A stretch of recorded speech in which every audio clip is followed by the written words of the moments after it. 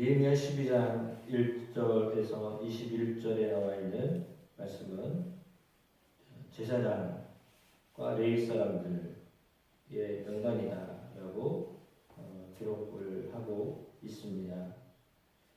12장 1절 말씀에서 7절에 나와 있는 말씀에는 제사장의 명단인데 언제 명단이냐면 스룹바벨과 예수아와 함께 돌아왔던 제사장들의 명단입니다.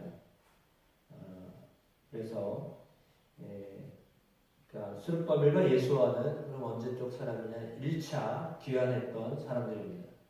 그러니까 가장 먼저 이 정책에 따라서 당시에 정책에 따라서 먼저 가도록 허락을 받았던 사람들, 물론 허락을 받았지만 또 자원하여서 돌아왔던 가장 먼저 예루살렘에 돌아왔던 1세대입니다.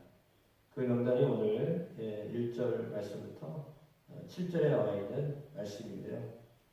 아마 숫자를 세보시면 아시지만 저도 어제 저녁에 말씀을 준비하려고 명단을 이렇게 쭉 봤는데 본래 다윗 시대의 제사장들은 24반차였습니다.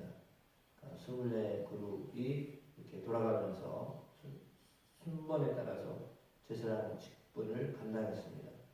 근데 오늘 성경에 나와 있는 제사장의 명단을 보니까 그 숫자가 되지 않습니다. 그래서 숫자가 좀 줄어든 상태였다라고 하는 것을 우리가 알 수가 있습니다.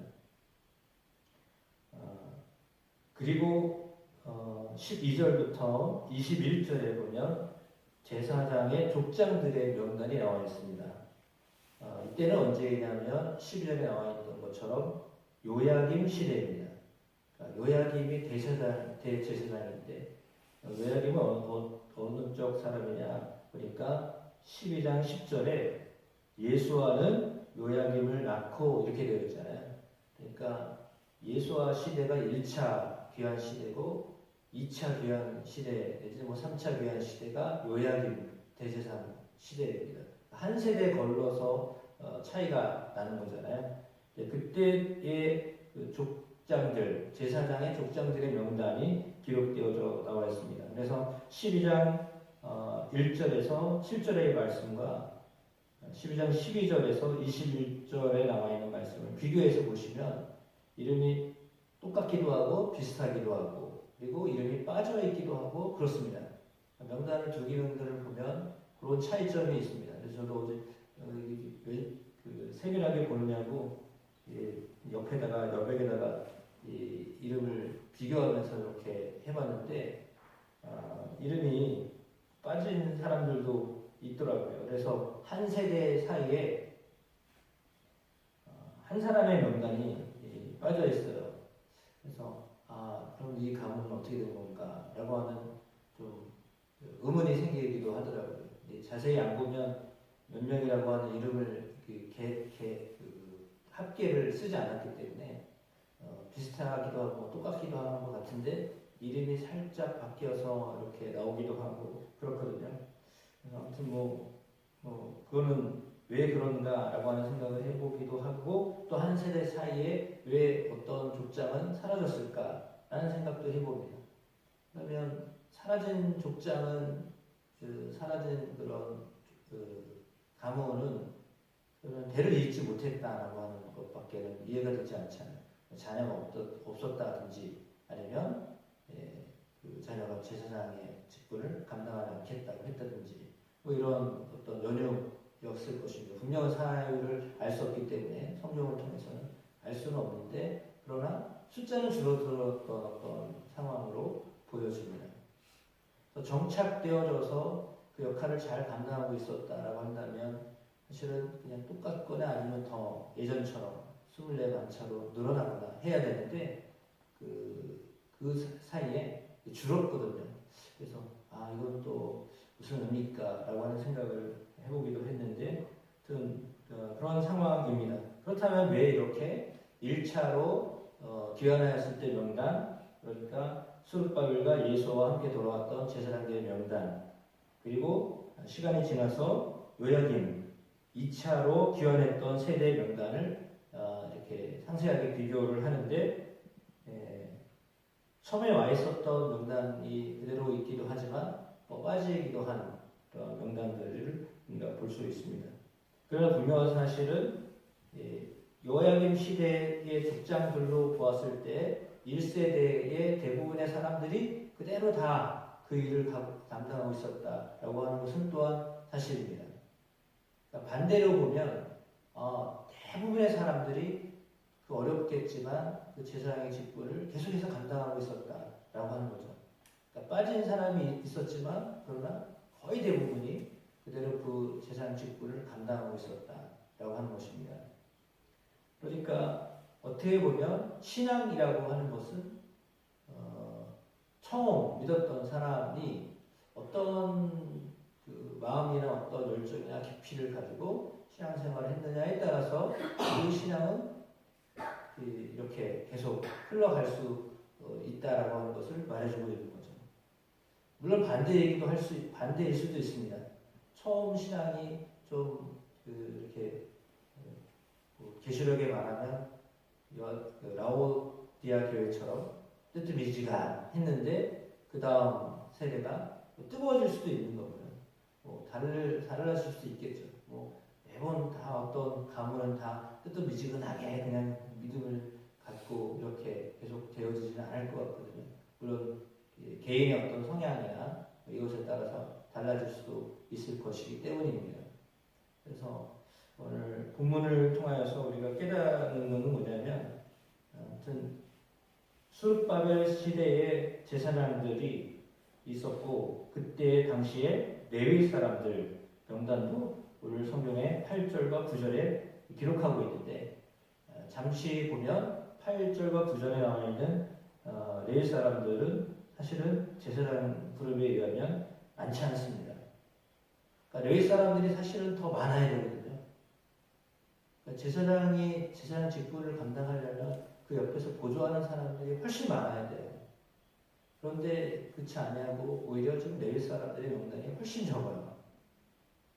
그러니까 그 제사를 드리는 사람들 옆에서 함께 동역하는 사람들이 많아서 그 제사가 훨씬 더 수월하게 돌아가야 됩니다. 다른 차원 같지만 말씀을 드리면 그래요.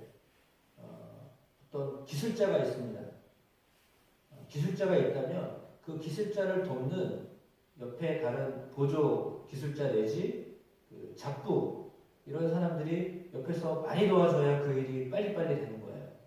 그리고 원활하게 되는 거예요. 근데 그게 아니라 기술자는 많은데 그 옆에서 도와주는 사람들이 적으면 아무리 기술자들이 많아도 이 일이 진척되기가 쉽지가 않거든요. 그런데 오늘 본문에 나와 있는 귀환된 사람들의 모습을 볼 때 사실은 레위 사람들이 잘 드러나지도 않고 그랬던 사람들임에도 불구하고 그 사람들의 어떤 후손들이 바벨론에서 귀환하지 않고 대부분 그냥 그 시대에 맞춰서 정착했고 소수의 사람들이 와서 그 일을 감당했다라고 하는 것이 오늘 명단에 보면 드러나고 있습니다. 그렇지만 그 중에 마따냐라고 하는 사람, 이 마따냐라고 하는 사람이 앞에도 나와 있었던 것 가운데 찬양을 하는 사람이라고 하는 일을 감당했던 사람이다라고 이렇게 기록되어져 있습니다. 그리고 그들의 형제 박부갸와 운노가 직무에 따라서 그들의 맞은편에 있었다 이렇게 기록하고 있습니다. 그래서 마따냐라고 하는 사람이 역시 제사장들을 도와서 찬양하는 그 일을 했다. 어제나 그저께도 찬양에 대한 말씀을 함께 나눴잖아요. 감사하는 일을 하고 말씀을 전하는, 감사의 말씀을 전하는 일을 했던 사람들, 그런 말씀을 사람들과 더불어서 오늘 레위 족속 가운데도 이렇게 찬송하는 마따냐와 같은 사람들이 있었다라고 하는 데서 예배 자체를, 제사 자체를 풍성하게 하는 사람들이 있었다라고 하는 것을 기록하고 있습니다. 그러니까 뭐 숫자가 적건 뭐 숫자가 많건 그리고 또 그 가운데에는 역시 빠짐없이 그들이 해야 될 일들을 감당했던 사람들의 명단이 오늘 말씀 속에 기록되어져 있는 것을 보게 됩니다. 그래서 말씀드렸던 것처럼 이렇게 신앙이 보일 듯 보이지 않을 듯 하지만 그 직무에 대한 일들은 계속 흘러가고 있었다라고 하는 겁니다. 그러니까 다윗 시대랑 지금 스룹바벨 성전 시대랑은 뭐 시간 차이가 어마어마하게 많이 나고 있지만 그러나 그런 어떤 영적 흐름 자체는 여전히 흘러가고 있었다라고 하는 것을 알려주고 있는 거죠. 그래서 그런 어떤 영적 흐름은 상당히 중요한 것입니다. 그러니까 우리가 지금 믿고 있는 우리 어떤 신앙의 어떤 깊이나 이것들이 이렇게 흘러가도록 하는 것. 그래서 말 그대로 신앙의 가문을 이룰 수 있는 것, 이것은 얼마나 중요한 문제인가라고 하는 것을 우리에게 말씀해주고 있습니다. 그것은 먼저 믿은 사람들이 분명히 있었기 때문에 그게 감당될 수 있었던 것입니다. 역시 마찬가지로 여러분들이 제가 먼저 믿은 사람으로 신앙의 어떤 흐름을 잘 타게 하는 일을 감당하면 역시 다음 세대 또한 우리를 보고 그런 영적 흐름을 타서 내려가도록 하나님이 인도하 주실 줄로 믿습니다. 왜냐하면 하나님은 그런 영적 흐름 가운데 주의 자녀들이 살기를 누구보다도 원하시는 분이시기 때문입니다. 우리도 우리의 자녀가 믿음 안에서 잘 성장하기를 원하는 것처럼 하나님은 더 간절한 마음으로 소원하시고 또 그것을 기대하실 것입니다. 따라서 오늘 제사장의 그룹으로 레위 그룹으로 들어와 있는 사람들은 그러면 왜 이 사람들의 명단을 기록했을까? 사실 결론을 말하면 예루살렘으로 유다로 베냐민 지파로 돌아왔던 사람들의 그 중심은 무엇이었냐면 제사였다라고 하는 겁니다. 예배였다.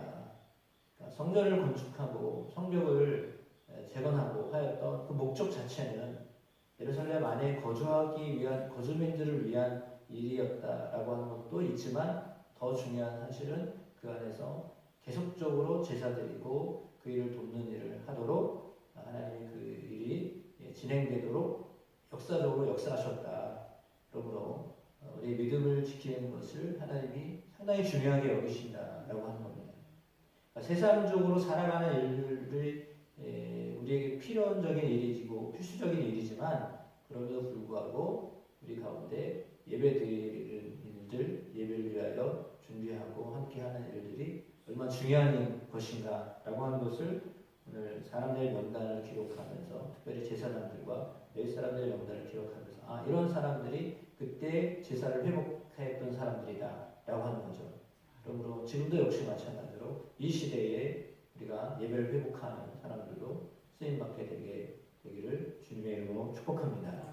그래서 우리들의 그 예배 회복이 다른 사람들이 또 여전히 그 길로 돌아갈 수 있도록 하는 것을 열게 하는 그런 일에 귀하게 쓰임받게 되기를 주의 이름으로 축복합니다.